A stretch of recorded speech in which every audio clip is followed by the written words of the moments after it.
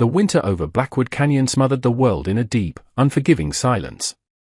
A heavy blanket of snow covered everything, and the wind, sharp as a blade, was the only thing that dared to move.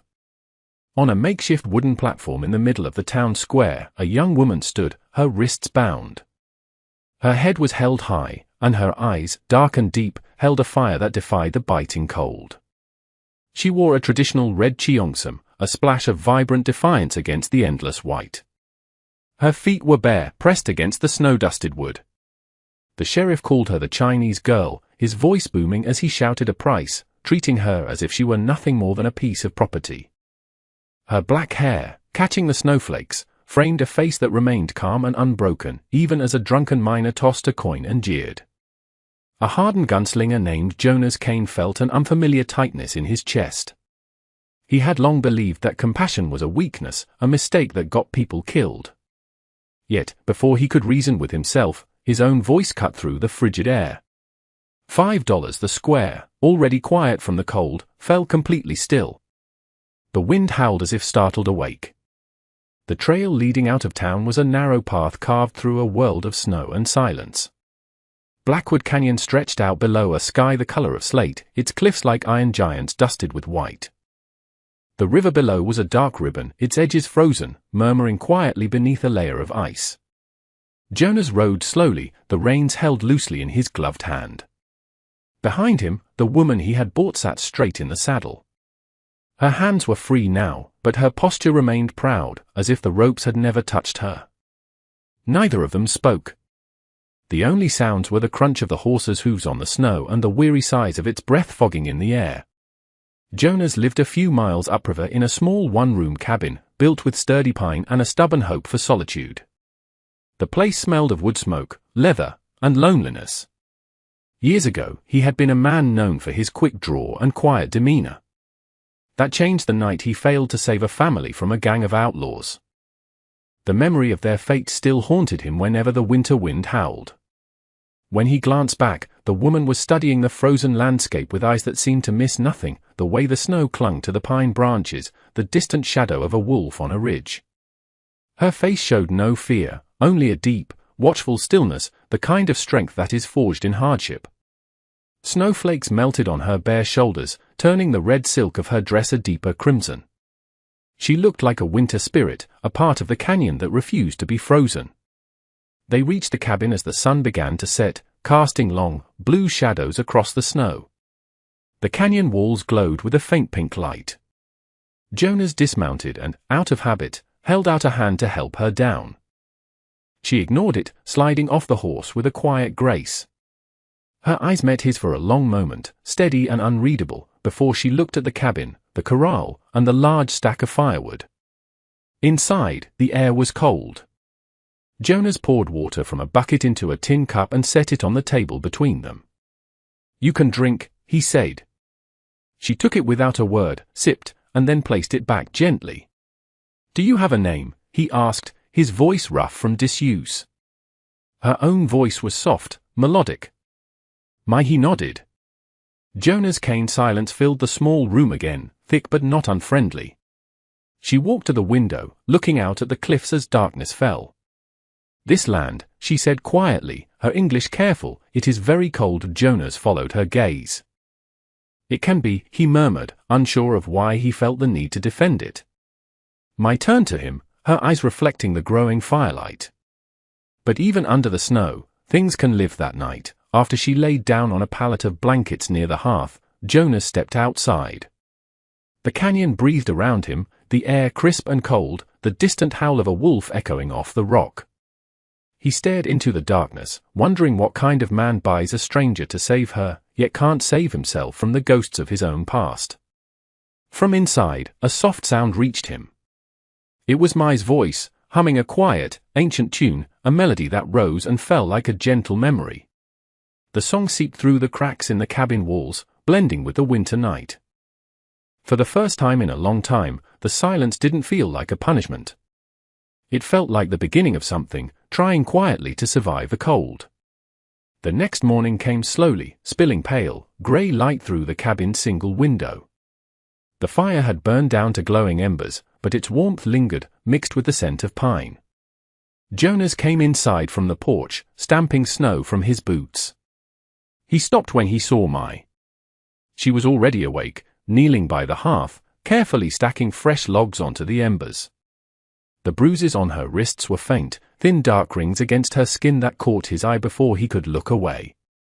"I didn't ask you to start work," he said gruffly. She didn't turn around. "I did not ask for permission." Her voice was even, neither challenging nor submissive. Her calm certainty, the aura of someone who had endured too much to be bothered by small things, struck him. Jonas filled the coffee pot with snow and set it on a hook over the fire. They stood in a silence as thick as the winter fog outside. He cleared his throat. "You can stay here until the spring thaw. Then you can decide where you're headed." Mai finally looked up. "And what will you ask for in return?" He frowned. "Nothing. That is what men say before they decide on the price," she replied. Her words weren't cruel, just a statement of fact that landed like a physical blow. Jonas turned away, his jaw tight. "I didn't buy you for that reason, but you still paid the price," she reminded him. He had no answer for that. The sound of the wind outside seemed to mock him. Mai rose, dusting her hands, and walked toward the door. Her steps were deliberate, and the very air in the cabin seemed to move with her. She paused on the threshold, her silhouette framed by the snowy landscape. "I know what happens when one person believes they own another," she said softly. "But you do not seem to be that kind of man." Jonas met her gaze, feeling something raw and long-buried stir beneath his stoic exterior. "Maybe I used to be," he admitted. For a long, silent moment, they just looked at each other, two souls worn down by loss, carefully measuring the distance between pity and respect. Then, Mai stepped outside into the cold morning. He followed a short time later, watching her from the porch. She was by the river's edge, breaking a thin layer of ice to wash the tin cup, the frigid water flashing around her wrists. The wind tangled her long, black hair. She seemed to belong to this place, to its harshness and its stubborn will to survive. "Where did you learn English?" he asked, his voice carried on the wind. She glanced up. "My father was a scholar. He believed words were a bridge between worlds." Jonas nodded, mostly to himself. "He was a wise man, she said quietly, "until they burned our village. He told me to run and never look back." Her voice didn't waver, but the memory hung between them like a frozen mist. Jonas said nothing. The old, familiar ache in his chest, the one that came with remembering failure, pressed down on him. As he turned to go, Mai said, "You are angry with yourself." He stopped. "You read people that easily." "I read the patterns in the snow, the direction of the wind, and the look in the eyes of a man who cannot forgive himself for what is lost." He didn't ask her how she knew. Some truths were as plain as the mountains. As the sun climbed higher, she began to hum again, a gentle tune from her distant home. The notes seemed to weave through the cold air, soft yet defiant. Jonas found himself leaning against the doorframe, just listening. Later, when he offered her a plate of bacon and biscuits, she accepted with a quiet nod. Her eyes met his, no longer guarded, just watchful. That night, as the firelight danced across the cabin walls, Jonas sat cleaning his pistol while Mai mended a tear in her cheongsam with a needle and thread he had found. They didn't speak, but every flicker of the flame seemed to shrink the space between them. When she finally broke the silence, her words were almost a whisper. "The earth here is old," she said. "It remembers everything." He looked up. "What does it remember about me?" Mai's gaze was steady. "That you still have a heart. Even if you have forgotten where to find it." For the first time in years, a faint, uncertain, but real smile touched Jonas Kane's lips. Outside, the wind howled, carrying the promise of more snow through the dark canyon. The days in Blackwood Canyon settled into a quiet rhythm, marked by the rising and setting of the winter sun. The river remained partially frozen, and the wind piled snow in deep drifts against the cabin. Every morning, Mai rose before Jonas. She would sweep the floor, stoke the fire, and feed the horse without a word. When Jonas tried to help, she would simply glance at him and say, "I know the way of work." When she did, her movements were graceful and efficient, never hurried. At first, Jonas was unsettled by her quiet competence. It wasn't the silence of a servant, it was the steady calm of a person who refused to be broken. One afternoon, as she was using a small knife to chip ice from the water trough, he finally asked, "Do you plan on surviving this whole winter by yourself?" She looked up, her breath fogging in the air. "It is not the winter that is broken. It is the spirit that forgets how to endure it." He blinked, then let out a short, rough laugh that startled them both. "You talk like a philosopher." "No," she said simply. "I talk like my father." After that, the silence between them began to change. It was no longer a cold, empty space but a comfortable quiet. They started sharing small words about the weather, the tracks in the snow, and the stubbornness of his horse. One morning, while splitting firewood, the axe slipped on an icy log. The blade sliced deep into his palm, and blood bloomed, a shocking red against the white snow. Mai came running from the porch, her expression unreadable. Without a word, she tore a strip of silk from the hem of her dress and pressed it firmly against the wound. Then she knelt in the snow, digging until she uncovered a small, gnarled root she had found earlier. "Ginseng," she murmured. "It quiets the pain." He watched as she cleaned the wound and bound it with practiced care, her fingers surprisingly warm against his cold skin. "Where'd you learn all that?" he asked, his voice low. "From my grandmother," she replied. "She said the earth provides its own healing, if you know where to look." Her touch lingered for a moment longer than necessary. Then she looked up at him. "You hold on to your pain too tightly," she said softly. "As if it is the only thing left to remind you that you are still alive." Jonas tried to form a reply, but the truth of her words was lodged deep in his throat, where words had long since frozen. That evening, they sat on the porch, wrapped in thick blankets, as the canyon was bathed in the pale purple light of dusk. Mai began humming the same quiet tune she often did, the one her mother had sung to calm the storms of childhood. As if in answer, the wind died down, and a gentle snow began to fall. "Hasn't stopped snowing for a month," Jonas said quietly. Mai smiled faintly. "Perhaps the sky is trying to cover the world in a clean blanket." The next day, the gentle snow turned into a blizzard, with winds that howled like a hungry wolf. By dusk, the world outside was a swirling vortex of white. Jonas stood in the doorway, watching Mai step out into the open, her face tilted up as the snow touched her skin. She laughed, a sound so clear and bright it seemed to cut through the roar of the wind, startling his heart awake. He stepped down from the porch, letting the snow soak through his coat. "Guess you got your wish," he said over the wind. "I did not call it," she replied, her voice full of life.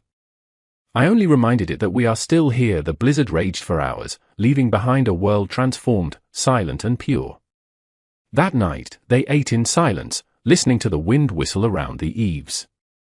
When she rose to clear the table, he said quietly, "You could leave, you know. When the trail is clear. You are not a prisoner here." Mai stopped, her hand still. "If I stay, it is because this place has let me." Jonas met her eyes. "Not because of me." Her gaze softened. "You are part of this place now. You just do not know it yet." Something inside him, something long frozen and dormant, began to thaw. He found himself wanting to protect the quiet strength in her, not from a sense of duty, but from a place of deep reverence. In the weeks that followed, they worked side by side to survive the winter. He showed her how to set traps and how to clean a rifle.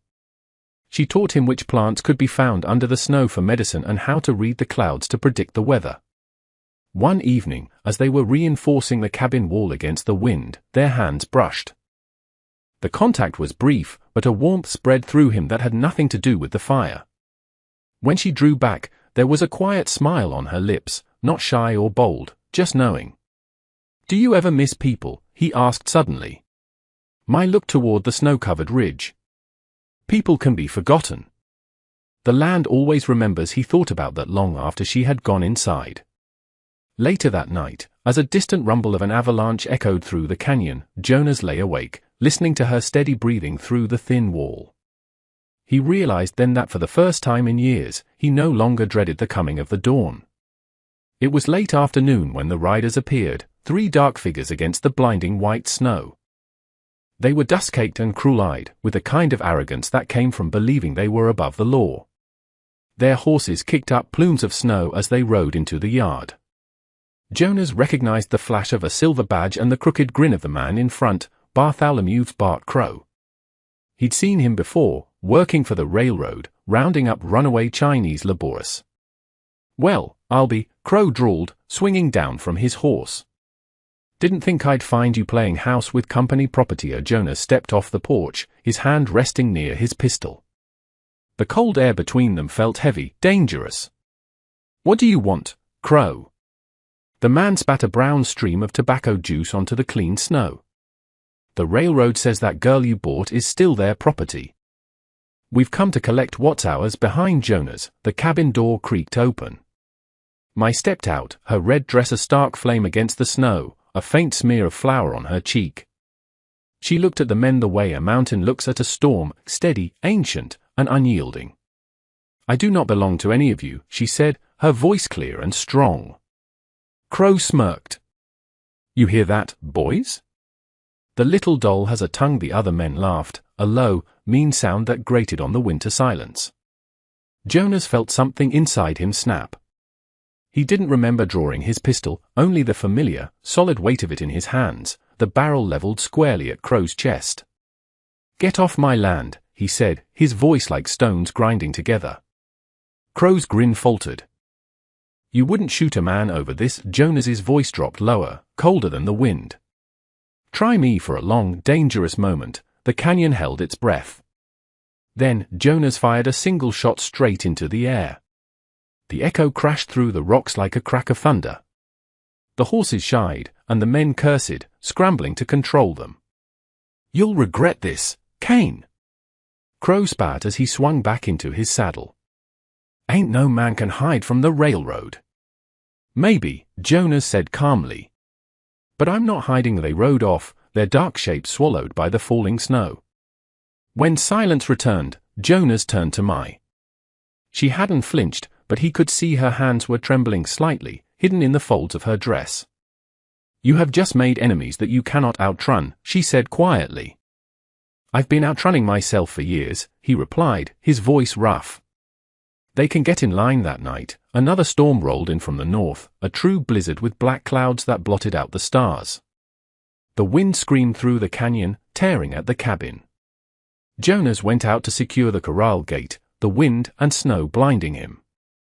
Mai called from the porch, "Leave it. It is not safe." He shouted something back, but the wind snatched the words away. A powerful gust slammed into him, knocking him off balance. His boot slipped on a patch of ice, and he went down hard, his head striking the frozen water trough. The world exploded in pain, then faded into a roaring darkness. Through the noise, he heard her cry his name. "Jonas!" She was running through the storm, her red dress whipping around her, her bare feet sinking into the deep snow. She grabbed his arm just as he started to lose consciousness, her grip surprisingly strong. A flash of lightning from the storm's distant edge lit her face, fierce, terrified, and intensely alive. With all her strength, she pulled him free from the snowdrift, dragging him up the slope toward the cabin. By the time they reached the porch, he was barely conscious, a dark streak of blood matting his hair. Mai laid him on the floor, her hands moving with practiced urgency. She tore open a pouch of dried herbs, crushing them and pressing the paste against the wound. Her voice shook as she spoke in her native tongue, then steadied into a song, the same melody he had heard before, but now it carried the weight of a desperate prayer. When Jonas stirred, the storm had quieted to a whisper. He opened his eyes to see her kneeling beside him, her hair soaked, her hands trembling with exhaustion. "You shouldn't have," he began. She silenced him with a look. "You saved me with silver," she whispered. "I save you with my breath. Now, we are even." He managed a weak smile. "Is that how it works?" Her expression softened. "It is how life finds its balance." Lightning flashed again, far away now. Mai sat back, closing her eyes. "When I was a child," she murmured, "my grandmother said that blizzards are the earth's way of washing away old tracks, so everything can start new." She looked at him. "Maybe it washed yours away tonight." Jonas watched her, the gentle curve of her shoulders, the quiet rise and fall of her breath. Something deep inside him finally let go, not with a crash of pain, but with a quiet sense of peace. Outside, the wind still blew, but its voice was softer now. The cabin smelled of wet pine and medicinal herbs. He wanted to thank her, but the words felt too small, too clumsy. Instead, he reached out, his hand covering hers. For a moment, neither of them moved. Then she whispered, "Sleep, Jonas Kane." The land still needs you. As he drifted into dreams, he thought he heard the canyon singing, a low, rhythmic sound, as if it had joined her song. The next morning broke clear and sharp, as if the night's fury had been a fever that had finally broken. Mist rose from the frozen river, softening the hard edges of the cliffs into a tender gray. Inside the cabin, Jonas woke to the smell of wood smoke and hot tea. Mai was crouched by the hearth, stirring something in a small pot. Her hair was still damp, falling in dark waves against her shoulders. When she heard him move, she turned, her eyes filled with a mixture of relief and fatigue. "You should rest," she said. "I've been resting long enough," Jonas murmured, trying to sit up. A sharp pain in his ribs made him groan. Mai was instantly at his side, steadying him. "You almost froze." He managed a crooked smile. Would have made for a sorry story. She didn't laugh. "Do not make light of death. It listens when you do." They said nothing more for a while. She handed him a bowl of warm, savory broth, and he ate in silence, tasting salt, herbs, and something faintly sweet that warmed him from the inside out. When he was done, she took the bowl and stepped outside. Through the open door, he watched her kneel by a small patch of earth near the porch that the wind had swept clear of snow. She opened a small silk pouch, pulling out a few dark, gnarled seeds and pressing them gently into the frozen soil. He rose slowly and walked out to stand behind her. "What are you doing?" "These are ginseng seeds from my home," she said. "My grandmother said that if they can grow, life can find a way anywhere." Jonas looked at the dark, frozen soil. "You think anything can grow here?" Mai brushed the dirt from her fingers and looked up at him. "You are still here. You bled on this ground. That is how the earth remembers who belongs to it." He stood there, the weight of her words settling deep inside him. The canyon was still a harsh, unforgiving place, but for the first time, he believed her, that the world could choose to remember kindness instead of just pain. Over the following days, he healed. The wound on his head scabbed over, and his strength returned. Mai moved through the days with a quiet assurance, repairing what the blizzard had damaged. A broken fence post, a scattered woodpile, a washed-out section of the trail. Jonas found himself following her lead, until one afternoon, she caught him just watching her as she braided her hair. "You stare like a man who has never seen the sun rise," she said without looking up. "Maybe I haven't," he answered honestly. She paused, her dark eyes flicking toward him, and for a heartbeat, the air between them felt fragile and alive. Then she smiled faintly and went back to her task. A week later, a trader from town came rattling down the canyon path, a man named Pike with a greedy glint in his eyes. He brought flour and salt, hoping to trade for furs, but his gaze locked on Mai the moment he saw her. "Well now, Kane," he said, tipping his hat.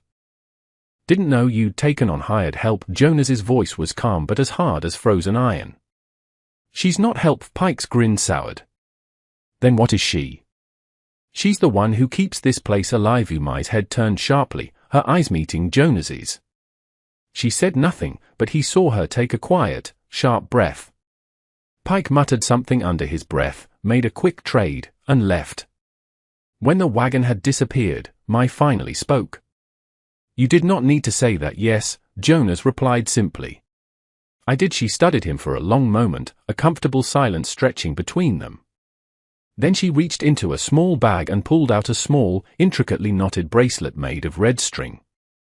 "My people give this to those who protect the family," she said, "to remind them of the bonds that keep us strong." Jonas took it gently. "You trust me with this?" Her eyes softened. "I trust the man I see." He hesitated, his voice rough with emotion. "And what do you see?" Mai smiled, a slow, knowing, and beautiful smile. A man who learned to stand his ground when the world told him to run. He couldn't find the words to answer, so he just nodded, slipping the red bracelet around his wrist. The thread was simple, but the gesture felt more binding than any law. That evening, they sat on the porch together, watching the sun dip behind the snow-covered ridge. The patch of earth where Mai had planted her seeds was covered in a fresh layer of snow. Mai leaned forward. "Do you hear that?" she asked. "The wind." "No," she said softly. "The quiet." "The ground is resting, getting ready to grow." Jonas listened. Maybe it was just the wind, or the distant murmur of the frozen river. But for the first time since he'd come to this canyon, he thought he could hear it too, a slow, patient heartbeat under the soil. He looked at her, at the woman who had walked into his life out of a snowstorm and turned his frozen world into a home. "You've changed this place," he said quietly. Mai turned toward him, her face lit by the fading sun. "No," she whispered. "I only reminded it that it was still alive." Autumn crept into the canyon softly, turning the aspens on the high ridges a brilliant gold and cooling the nights enough for an extra blanket. The ginseng Mai had planted had pushed through the soil, their green leaves a testament to a quiet triumph. Every morning, Jonas would pause by the patch, his fingers brushing the leaves, still half amazed that something so delicate could grow in a place once so barren. But one evening, as the wind shifted colder, Mai stood by the fence, looking south toward the distant, unseen plains. In her eyes was a familiar distance he had come to dread. "I have to find them," she said, her voice barely a whisper. Jonas set down the harness he was mending. "Find who?" "The others," she answered. "The women from my village who were brought across the ocean. If they are still out there, they should know that it is possible to find a safe place. That there is still hope." He stared at her for a long moment. "You'll go alone." "I have walked alone before, I know," he said, his voice low. "And I hated every minute of imagining it for a heartbeat." She almost smiled, but her gaze softened with a quiet sorrow. "This is not about leaving you, Jonas. It is about going toward what is left of me." He nodded slowly, the truth of her words settling in his heart. "Then I'll take you." They rode south at dawn, through land that shimmered with the last warmth of summer. The journey was silent but not heavy. The silence between them had learned to carry more meaning than words ever could. After 2 days, they reached a dusty settlement near the railroad line, a makeshift camp of tents and lean-tos. An old woman with eyes that had seen too much stepped forward. "Who do you seek?" she asked in Mai's dialect. Mai knelt before her. "I seek those from the village of Linfen." The old woman studied her for a long time before shaking her head sadly. "The names have faded. We have been scattered like seeds in the wind." Mai bowed her head, the words cutting deeper than she showed. Jonas watched her shoulders tremble once, then still. When she rose, she turned to him, her eyes bright with unshed tears. "No one remembers," she whispered. "So I will stop searching." He held her gaze, his heart aching for her. "Then come home, Mai." They rode back under a sky filled with a million stars. The canyon greeted them with the sound of running water, stronger now after the autumn rains. Life had crept back into the canyon while they were gone. A week later, a rider from town arrived. It was the circuit preacher, a thin man with kind eyes and a worn Bible. Mai watched him dismount, a flicker of suspicion in her eyes. "You called a preacher," she stated. Jonas scratched the back of his neck, feeling suddenly awkward. "Didn't figure we needed a crowd. Just a word." To make it right, the preacher smiled gently. "Marriage is not about ownership, miss. It's a promise between two souls to guard each other's freedom." Mai looked at Jonas, and something bright and wondrous trembled behind her calm expression. "Freedom," she repeated softly. "That is all I ever wanted, and it's what I promise you," he said, his voice thick with emotion. The ceremony was simple, with only the wind, the river, and a single flickering candle as their witnesses. When the preacher spoke the final blessing, Mai reached for Jonas's hands. His were scarred and calloused from a hard life, hers were gentle but strong. They fit together as if they had been shaped by the land itself to match. After the preacher left, they remained on the porch, watching dusk settle over their home. The air smelled of wood smoke and damp earth. Mai knelt beside her ginseng patch, pressing the last few seeds from her grandmother's pouch into the soil. Jonas crouched beside her, covering them gently with his hands. When they stood, she began to hum again, the same soft, hopeful tune that had once pulled him back from the darkness. It drifted over the water, soft as a breath. The canyon answered with its own murmur, wind against stone, water against rock. For the first time, Jonas heard no loneliness in it. He heard only life. He turned to her, his voice quiet. "So this is what forgiveness sounds like." Mai smiled, her eyes shining in the twilight. "No," she said. "This is what home sounds like." The story of Jonas and Mai teaches us a profound lesson about the nature of love and strength. It shows that true kindness is not a weakness, but a courageous act that can heal the deepest wounds. Jonas, a man hardened by his past, finds redemption not through violence, but through a simple act of compassion. Mai, in turn, shows that resilience is not about hardening one's heart, but about nurturing life and hope even in the most barren of landscapes. Their story reminds us that family is not always born of blood, but is forged in shared hardship, mutual respect, and the quiet promise to protect one another. Ultimately, Jonas and Mai demonstrate that love is the most powerful force for transformation, capable of turning a desolate canyon into a sanctuary and two broken souls into a home. What do you think of Jonas's decision at the beginning of the story? Let us know your thoughts in the comments below. If you believe in the power of kindness and stories of redemption, please subscribe for more tales from the heart of the West. Thank you for watching.